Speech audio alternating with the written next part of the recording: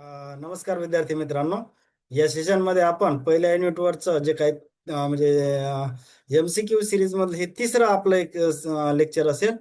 तर पहिल्या दोन सिरीज मध्ये आपण 40 प्रश्न कव्हर केले, दुसऱ्या सिरीज मध्ये सुद्धा 40 म्हणजे असे 80 प्रश्न कव्हर केले. तर आता हे तिसरं म्हणजे युनिट 1 वर जे काही MCQचं तिसरं सेशन असेल आपलं, याच्यामध्ये सुद्धा आपण 40 क्वेश्चन कव्हर करणार आहोत. म्हणजे माझा एक असा प्लॅन आहे की प्रत्येक युनिटवर म्हणजे आपल्याला जे ITI प्राचार्य गट ब साठी 20 युनिट दिलेले आहे, तर प्रत्येक युनिटवर एक साधारण मी 160 प्रश्न म्हणजे प्रत्येक युनिटवर 40-40 ऑब्जेक्टिव्हची मी 4 सिरीज बनवणार. म्हणजे असे प्रत्येक युनिटवर 160 प्रश्न आपण इथं सोडवायचा प्रयत्न करू. तर आता जसा जसा वेळ मला मिळेल तसं तसं मी टाकायचा प्रयत्न करतो. तर आता बघा, कुठलाही वेळ न घालवता लगेच आपण क्वेश्चनला सुरुवात करू.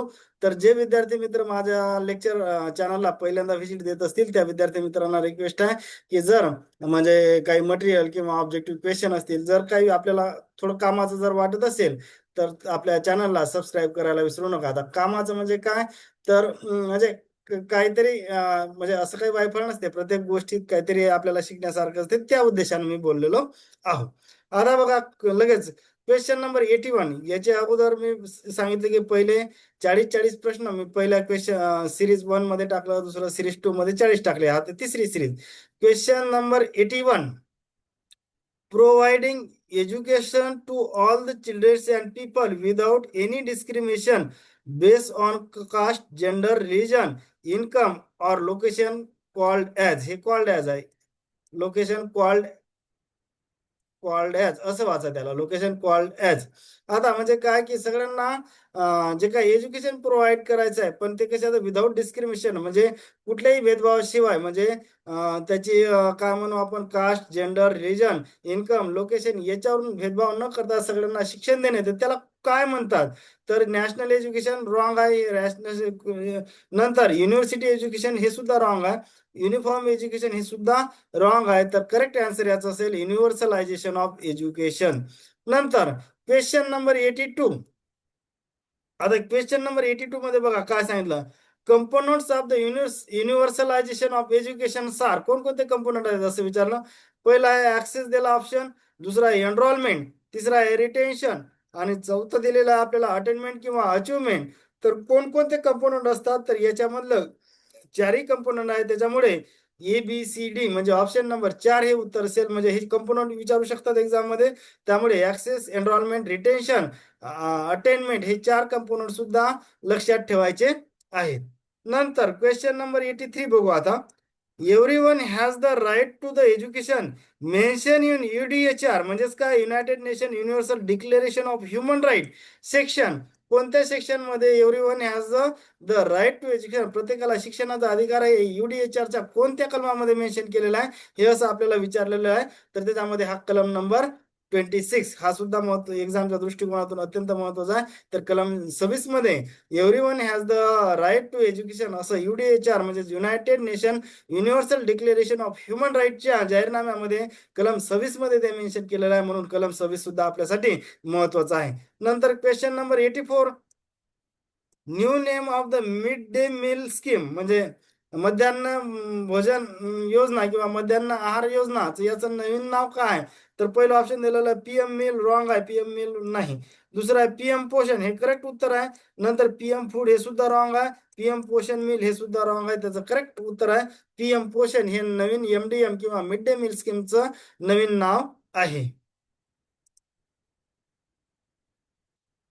आता बघा question number 85. Choose the correct sentence. आपल्याला करेक्ट सेंटेन्स शोधायचं आहे. Choose the correct sentence. बघा आता पहिलं काय दिलेलं आहे आपल्याला, वाक्य दिलं की मिड डे मील स्कीम किंवा त्याला आपण PM पोषण म्हणतो, लॉन्च इन 1995. बरोबर आहे, 1995 लाच मिड डे मील स्कीम किंवा मध्यान्ह आहार योजना सुरू झालेली आहे. त्याचं नवीन नाव आता PM पोषण दिलेलं आहे. नंतर in this scheme target age group म्हणजे किती एज ग्रुप आहे, तर 6 ते 14 वयोगटातील मुलांना इथं टार्गेट केलेलं आहे किंवा तो एज ग्रुप इथं कन्सिडर केलेला आहे. त्याच्यामुळे सेंटेन्स बी सुद्धा करेक्ट आहे इथं. नंतर aim of this scheme to combat classroom, इथं क्लासरूम आहे ते चुकून हे झालं, classroom hunger, improve nutritional status, boost school enrolment and attendance. तिसरं सुद्धा बरोबर आहे. म्हणजे आपल्याला कोणतं ऑप्शन असेल यातला? Option number 4 ABC true. त्याच्यामुळे ऑप्शन नंबर 4 आहे. म्हणजे 6 ते 14 वयोगट आहे. आणि 1995 ला MDM किंवा मिड डे मील स्कीम किंवा PM पोषण ही योजना सुरू झाली. आणि त्याचा उद्देश काय होता की क्लासरूम हंगर रिड्यूस करायचा, improve nutritional status, boost the school enrolment and attendance, हे त्याचा एम किंवा पर्पज होता. त्याच्यामुळे तिन्ही सेंटेन्स बरोबर आहे. म्हणून ऑप्शन नंबर 4 आहे त्याचं उत्तर असेल. नंतर question number 86 in NEP 2020 insuring the universal access to the all levels of schooling from, म्हणजे आता कोणती लेवल सांगितली आहे? प्री प्रायमरी टू ग्रेड 12 हे रॉंग आहे. Pre primary primary to grade 12 हे रॉंग आहे. परंतु प्री प्रायमरी टू ग्रेड 12 हे करेक्ट उत्तर आहे. इथं बघायचं एक्झाम मध्ये प्रायमरी म्हणलं का प्री प्रायमरी टू ग्रेड 12, तर ते बारीक आपल्याला, कारण की एक्झाम मध्ये आपण फास्ट मध्ये व्यवस्थित न वाचता आपण कुठं म्हणजे लगेच प्रायमरी दिसलं की टिक करून मग असतो, तर ते प्रायमरी नाही, तर प्री प्रायमरी टू ग्रेड 12 हे असं इथं मेन्शन आहे. म्हणून त्याच्यामुळे ऑप्शन 3 आणि ऑप्शन 4 हे सुद्धा रॉंग असणार आहे. तर त्याचं करेक्ट उत्तर आहे प्री प्रायमरी टू ग्रेड 12, म्हणजेच ऑप्शन नंबर 2 हे करेक्ट उत्तर असणार आहे. नंतर क्वेश्चन नंबर 87 मध्ये काय सांगितलं? In the RTE act 2009 child definition given in article 2C, child means male और female child of the age group, म्हणजे चाइल्ड कोणाला म्हणायचं आहे या 2C मध्ये मेन्शन केलेलं आहे. कोणत्या? तर RTE ऍक्ट 2009च्या. परंतु चाइल्ड कोणाला म्हणायचं? मग एज ग्रुप काय? त्याच्यामध्ये 8 ते 14 रॉंग आहे. नंतर त्याचं करेक्ट उत्तर आहे 6 ते 14 वयोगट. त्याच्यामुळे ऑप्शन नंबर 3, ऑप्शन नंबर 4 हे सुद्धा गेले. म्हणून 6 ते 14 हा वयोगट त्या RTE मध्ये दिलेला आहे. म्हणजे चाइल्डची डेफिनेशन साठी कोणता वयोगट दिला? 6 ते 14 वर्ष. नंतर कलम question number 88 new name of the mid day meal scheme काय आहे? तर त्याचा डबल झाला का? हा, ठीक आहे.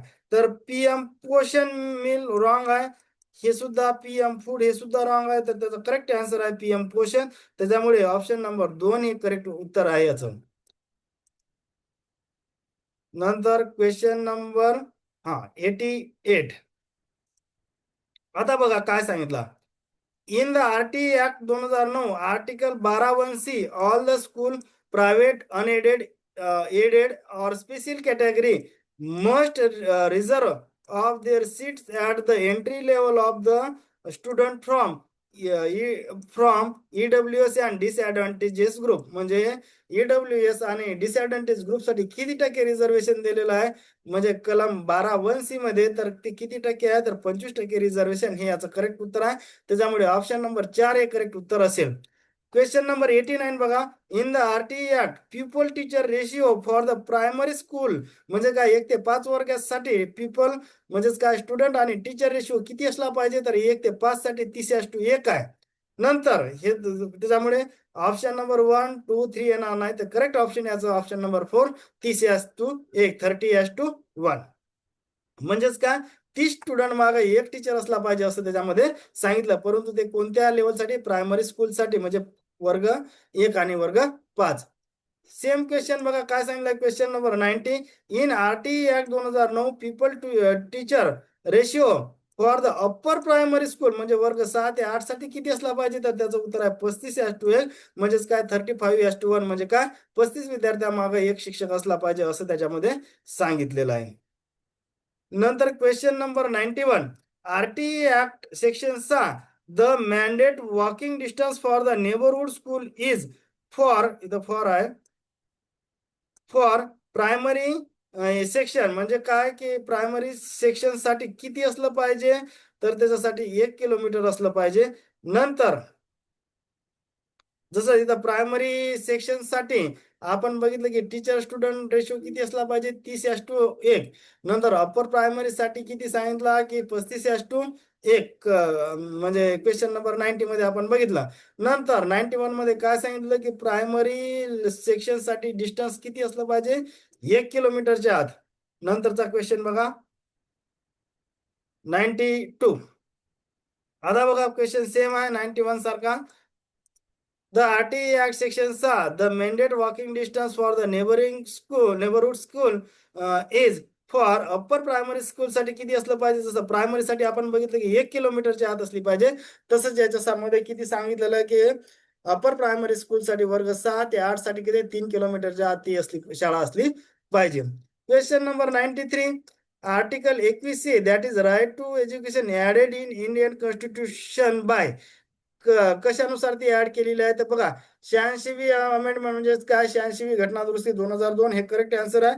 त्याच्यामुळे हे सगळे ऑप्शन रॉंग असतील. 86वी घटना दुरुस्ती 2002 ला करण्यात आली आणि त्याच्यानुसार आर्टिकल 21A म्हणजे राईट टू एज्युकेशन आणि तो फंडामेंटल राईट असं डिक्लेअर करण्यात आलं. त्याच्यामुळे 86वी घटना दुरुस्ती 2002 हे आपल्यासाठी महत्वाचं आहे.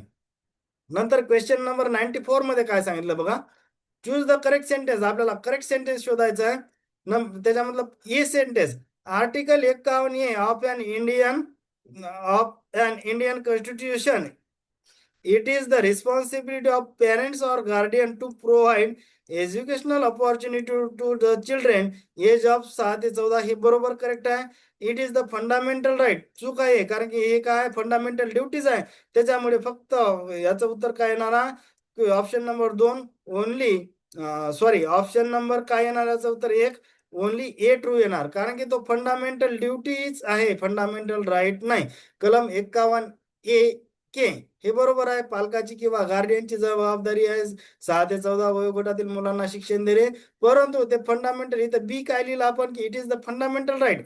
फंडामेंटल राईट नाही त्याच्यामुळे ए सेंटेन्स बरोबर आहे. बी सेंटेन्स रॉंग आहे कारण की ते फंडामेंटल ड्युटीज आहे मूलभूत कर्तव्य आहे मूलभूत हक्क नाही. त्याच्यामुळे ऑप्शन नंबर ए 1 येईल त्याचा फक्त ओनली ए ट्रू म्हणजे ए हा स्टेटमेंट फक्त ट्रू आहे. बी हे इनकरेक्ट आहे. नंतर question number 95 choose the correct sentence. इथं सुद्धा करेक्ट सेंटेन्स आपल्याला विचारलाय. NEP म्हणजे काय national adult education program launch in 2 October 1978 बरोबर आहे. 2 ऑक्टोबर 1978 ला हा NEP हा प्रोग्राम लॉन्च करण्यात आला. त्यासाठी एज ग्रुप किती आहे 15 ते 36 वाज द कन्सिडर बरोबर 15 ते 36 वयोगटासाठी हा प्रोग्राम सुरू केलेला आहे. म्हणून त्याच्यामुळे ऑप्शन नंबर 3 उत्तर असेल. ए आणि बी दोन्ही स्टेटमेंट इथं करेक्ट आपल्याला पाहायला मिळतात. नंतर question number 96 choose the correct sentence. इथे सुद्धा करेक्ट सेंटेन्स आपल्याला विचारलेलं आहे.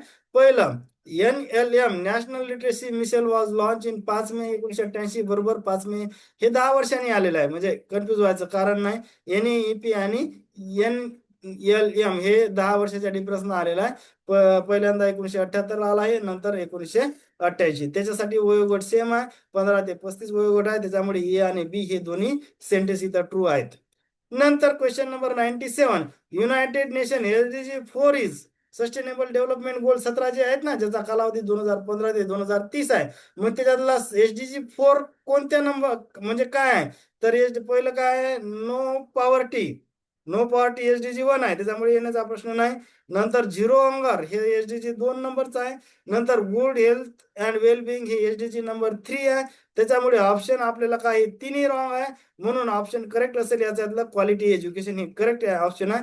म्हणजेच काय SDG 4 हा क्वालिटी एज्युकेशनच्या संबंधित आहे तर त्याच्यामुळे ऑप्शन नंबर 4 हे याचं उत्तर आहे. नंतर ऑपरेशन ब्लॅकबोर्ड स्टार्टेड इन कधी सुरू झालेला आहे ऑपरेशन ब्लॅकबोर्ड. ऑपरेशन ब्लॅकबोर्ड म्हणजे काय की त्या शाळेमध्ये बेसिक सुविधा असणे म्हणजे काय 2 टीचर असतील 2 वर्ग खोल्या असतील फळा असेल डस्टर असेल चॉक असतील बसण्यासाठी विद्यार्थ्यांना चटया वगैरे असतील तर त्यासाठी हे ऑपरेशन ब्लॅकबोर्ड हे 1987 ला सुरू झालं म्हणून ऑप्शन नंबर 1 हे याचा करेक्ट आन्सर आहे. नंतर सगळ्यात महत्वाचा question number 99 what is the correct full form of ICDS fill in the blank. आता आपल्याला इथं रिकामी जागा दिलेली आहे आणि समोर लिहिलं चाइल्ड डेव्हलपमेंट सर्व्हिस स्कीम. मग कोणती इंडियन आहे का रॉंग आहे. इंटरनॅशनल आहे का ते सुद्धा रॉंग आहे. इंटरनल आहे का ते रॉंग आहे. म्हणून काय integrated child development service scheme म्हणजे त्याला आपण ICDS म्हणतो. ICDS म्हणजेच का integrated child development service scheme हे त्याच्यामुळे ऑप्शन नंबर 4 हे करेक्ट याचं आन्सर आहे. Question number 100 ICDS scheme started on कधी सुरू झाली तर ते कधी झाली तर 2 ऑक्टोबर 1975 ला ICDS स्कीम सुरू झालेली होती. त्याच्यामुळे ऑप्शन नंबर 4 हे याचं करेक्ट आन्सर आहे. आता एज ग्रुप ऑफ ICDS त्याच्यानंतर 101 नंबरचा क्वेश्चन बघा याच्यामध्ये काय विचारलं की आपल्याला एज ग्रुप विचारला आयसीडीएस साठी किती एज ग्रुपचा विद्यार्थी म्हणजे तो लाभ घेऊ शकते. तर त्याच्यामध्ये आयसीडीएस साठी 0 ते 6 वयोगट आहे. त्याच्यामुळे ऑप्शन नंबर 3 हे याचं करेक्ट उत्तर आहे. नंतर क्वेश्चन नंबर 102 बघा. The primary beneficiaries of the ICDS म्हणजे आयसीडीएस चे लाभार्थी कोण कोण आहेत असं आपल्याला विचारलं. पहिलं 0 ते 6 वयोगटातील मुलं आहेत का, तर हो. प्रेग्नंट वुमन आहेत का, हो. नंतर लॅक्टॅक्टिंग वुमन आहेत का, हो. सिनियर सिटीजनचा दूरदूर संबंध नाही, त्याच्यामुळे त्याचं ऑप्शन काय येणार, ABC2 ऑप्शन नंबर 4 हे त्याचं उत्तर असेल. नंतर क्वेश्चन नंबर 103 बघा. ICDS program implement by which ministry. ICDS जो प्रोग्राम आहे 2 ऑक्टोबर 1975 ला सुरू झाला, ज्याचा वयोगट 0 ते 6 आहे. तर त्याचा अंमलबजावणी कोण करते, तर त्याचा अंमलबजावणी ministry of women and child development हे करते. तर त्याच्यामुळे ऑप्शन नंबर 4 हे इथं करेक्ट आन्सर आहे. Question number 104. Article 15 of an Indian constitution 10% reservation for EWS introduce via कोणती घटना दुरुस्ती झाली होती आणि कधी झाली होती. आता बघा, घटना दुरुस्ती 103वी सगळीकडे आहे, इथं 103वी आहे, 103वी आहे, 103वी. परंतु त्याचं करेक्ट उत्तर काय, तर 103वी घटना दुरुस्ती किंवा 103 थर्ड अमेंडमेंट 2019 हे त्याचं करेक्ट उत्तर आहे. त्याच्यामुळे option number 1 wrong, option number 2 wrong, option number 3 wrong. त्याच्यामुळे करेक्ट ऑप्शन ऑप्शन नंबर 4 103वी घटना दुरुस्ती 2019. नंतर बघा question number 105.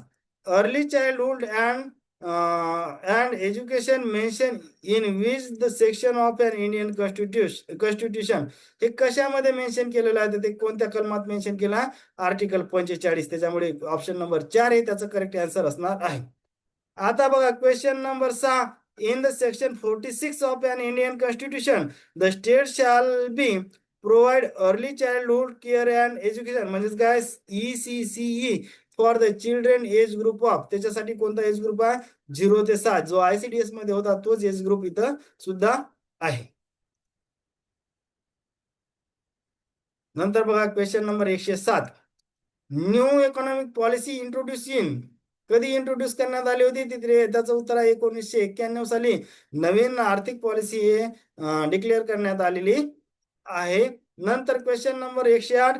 New economic policy which popularly known as LPG म्हणजे काय, लिबरायझेशन, प्रायव्हेटायझेशन आणि globalisation reforms was announce on किती तारखेला झाले होते, हे तारीख महत्वाची आहे आपल्यासाठी. जसं मी सांगितलं की आयसीडीएस ची तारीख सुद्धा महत्वाची आहे. आयसीडीएस प्रोग्राम कधी सुरू झाला होता, 2 ऑक्टोबर 1975 ला.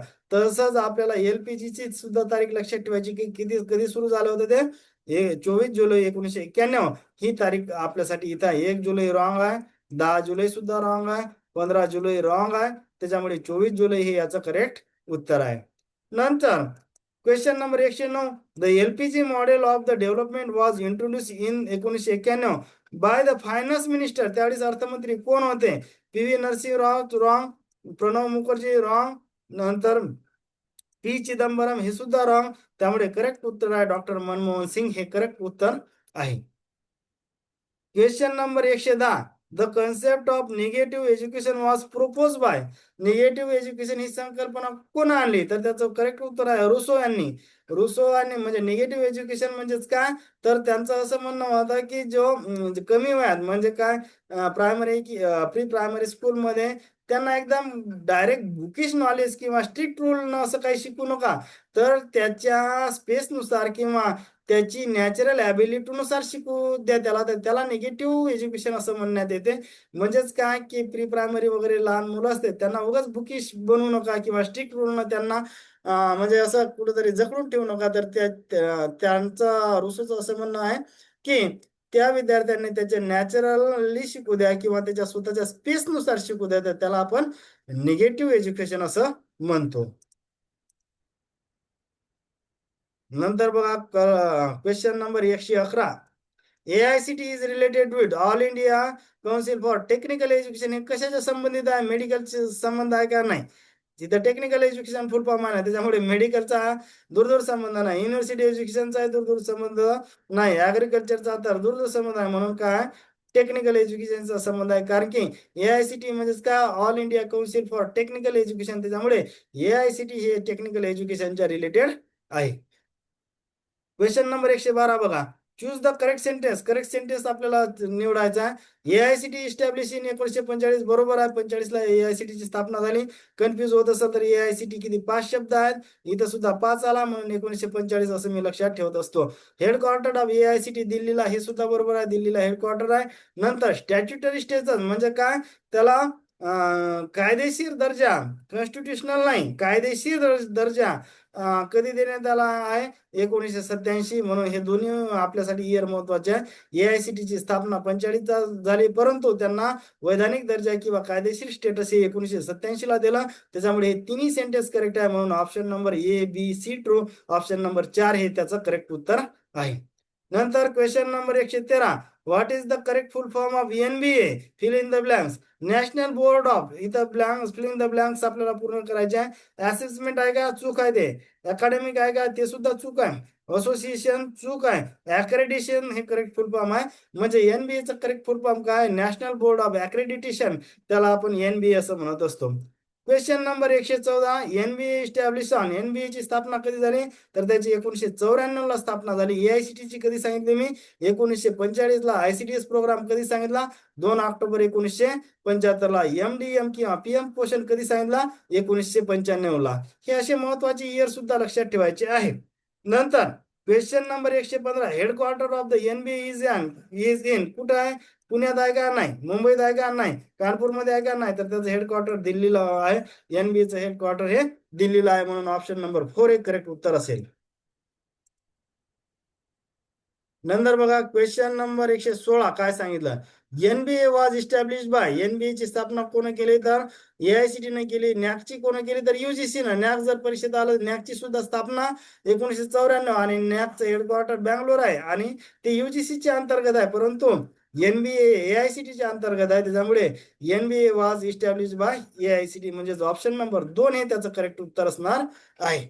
नंतर Acharya Ramamurti committee setup on, कधी स्थापना झाली आचार्य राममूर्ती समितीची, तर 1990 ला हे करेक्ट उत्तर आहे. नंतर question number 118. Acharya Ramamurti committee is related to, कशाच्या संबंधित आहे आचार्य राममूर्ती कमिटी, युनिव्हर्सिटी एज्युकेशनचा दूर संबंध नाही, चाइल्ड एज्युकेशनचाही संबंध नाही, पॉलिटेक्निक एज्युकेशनचाही संबंध नाही. मी पहिल्या माझ्या लेक्चरमध्ये सांगितलं की पॉलिटेक्निकची स्थापना कोणाच्या शिफारशीनुसार झाली भारतात, तर ॲबॉट वूड कमिशन 1936, त्यांच्यानुसार भारतात पॉलिटेक्निक कॉलेजची सुरुवात झाली. म्हणजे त्याच्यामुळे आचार्य राममूर्ती कमिटीचा काही उद्देश नाही, म्हणून त्याचं करेक्ट उत्तर आहे option number 4. Review of national education policy 1986 चा अभ्यास करण्यासाठी किंवा आढावा घेण्यासाठी आचार्य राममूर्ती समिती 1990 ला स्थापन झाली होती. नंतर question number 119. Skill student move abroad for the better opportunity called as. म्हणजे बऱ्याचदा आपण बघतो की आपल्या इथं मुलं शिक्षण घेतात आणि बाहेरच्या देशामध्ये जॉबसाठी ते जातात, त्या संकल्पनेला काय म्हणतात, गुड ब्रेन चूक आहे. ब्रेन ट्रान्सफर हे सुद्धा चूक आहे. टॅलेंटेड ब्रेन हे सुद्धा चूक आहे, म्हणून त्याला कोणती कन्सेप्ट म्हणतात, ब्रेन ड्रेन नावाची आपण बऱ्याचदा न्यूज मध्ये वापरतो की भारतातून बऱ्याचदा ब्रेन ड्रेन होत आहे वगैरे, अशा न्यूज ऐकतो, तर त्याला आपण ब्रेन ड्रेन असं म्हणतो, म्हणून ऑप्शन नंबर 4 हे त्याचं करेक्ट उत्तर आहे. नंतर question number 120. Choose the correct sentence. Correct sentence इथं आपल्याला निवडायचं आहे.